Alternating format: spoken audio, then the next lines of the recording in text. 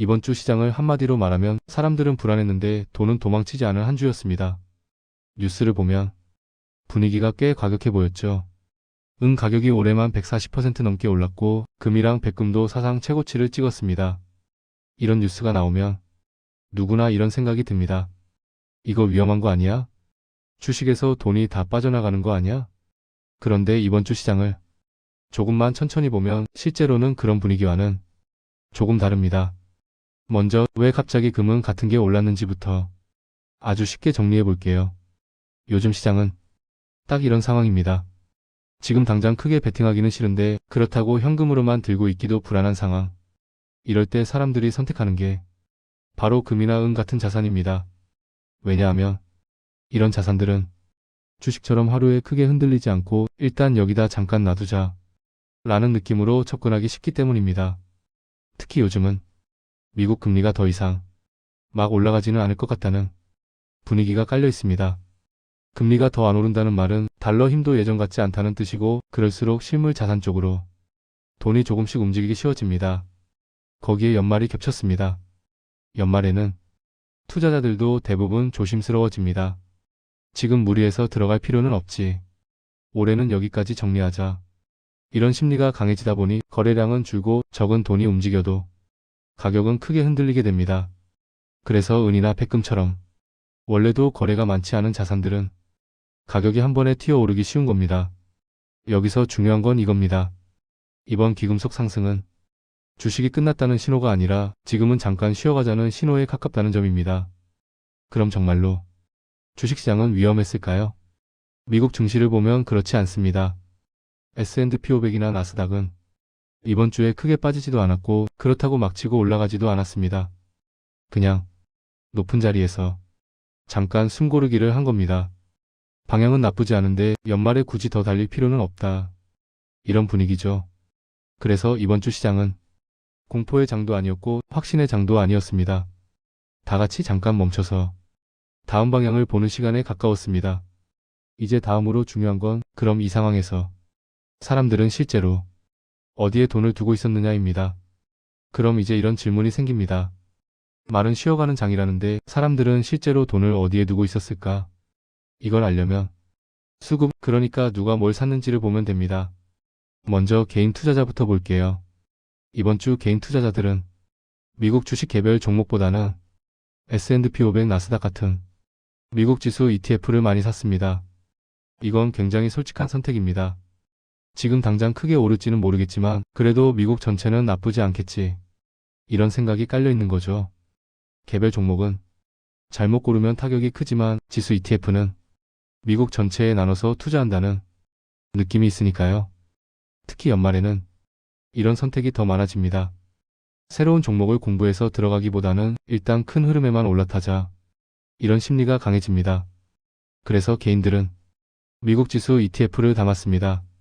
그런데 흥미로운 건 외국인의 움직임은 달랐다는 점입니다. 외국인들은 개인이 산 그 ETF들을 오히려 조금씩 줄였습니다.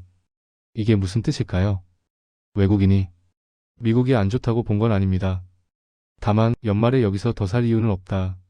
이렇게 본 겁니다. 이미 꽤 오른 상황이고 연말에는 큰 재료도 없습니다. 이럴 때 외국인들은 서두르지 않습니다. 조금 쉬었다가 새해 방향이 나오면 다시 보자. 이런 식이죠. 이렇게 개인과 외국인의 판단이 엇갈리다 보니 시장은 더 애매해집니다. 위로 가기도 아래로 가기도 어려운 상태가 됩니다. 그럼 갈 곳 없는 돈은 어디로 갔을까요? 바로 CMA입니다. CMA는 쉽게 말하면 잠깐 돈을 맡겨두는 통장입니다. 언제든 꺼낼 수 있고 하루만 넣어둬도 조금이나마 이자가 붙습니다. 요즘 같은 시장에서 CMA가 늘어났다는 건 아주 명확한 신호입니다. 지금은 결정을 미루고 있다. 기회가 오면 바로 움직이려고 대기 중이다. 이런 뜻입니다. 만약 시장이 정말 위험했다면 사람들은 현금으로 빼거나 완전히 빠져나갔을 겁니다. 그런데 이번 주는 달랐습니다.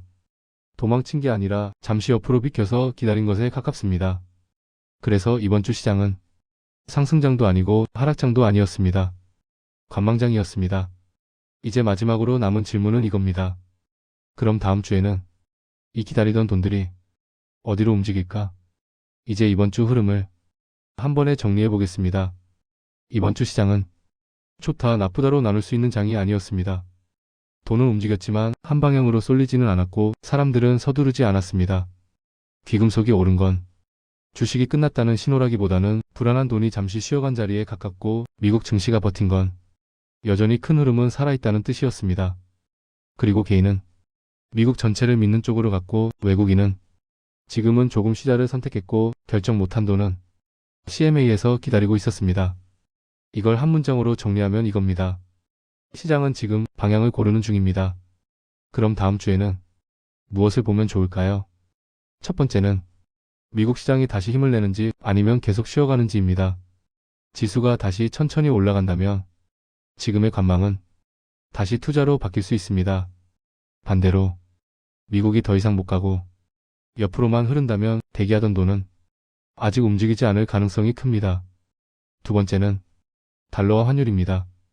요즘처럼 달러 힘이 약해지는 구간에서는 한쪽으로 쏠린 투자가 잠시 멈추는 경우가 많습니다. 환율이 안정되면 시장도 조금씩 자신감을 되찾는 경우가 많습니다. 세 번째는 사람들 심리입니다. 뉴스가 갑자기 너무 낙관적으로 바뀌는지 아니면 불안 이야기가 다시 커지는지 이 심리 변화가 실제 자금 이동으로 이어지는지 보는 게 중요합니다.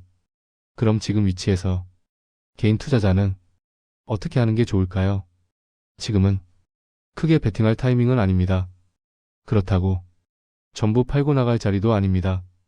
이미 들고 있는 자산은 흔들림에 너무 반응하지 말고 새로 들어갈 돈은 조금 천천히 나눠서 보셔도 됩니다. 이번 주에 결론을 내야 한다. 이런 압박을 가질 필요는 없습니다. 시장은 지금도 천천히 답을 만들어가고 있습니다. 우리는 그 답이 조금 더 보일 때까지 같이 차분하게 흐름만 따라가면 됩니다. 오늘 이야기 도움이 되셨다면 구독과 좋아요 부탁드려요. 여러분의 관심은 제게 큰 힘이 됩니다.